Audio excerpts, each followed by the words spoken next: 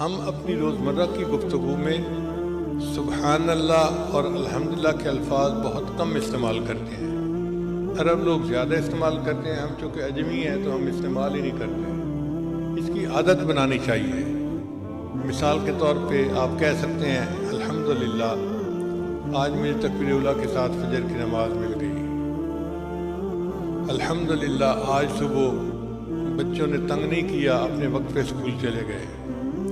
الحمدللہ آج سارا دن دفتر میں کوئی ایسی بات نہیں ہوئی کہ باس مجھے بلا کے ڈانٹ ڈپٹ کرتا یا ناراض ہوتا، اچھا دن گزر گیا۔ سبحان اللہ آج میری بیوی نے بہت اچھا کھانا بنایا۔ سبحان اللہ گھر کا ماحول آج بہت اچھا رہا۔ تو سبحان اللہ الحمدللہ کے الفاظ اپنی گفتگو میں زیادہ استعمال کرنے چاہیے۔ نبی علیہ السلام نے ارشاد فرمایا کہ ایک مرتبہ سبحان اللہ پڑھنے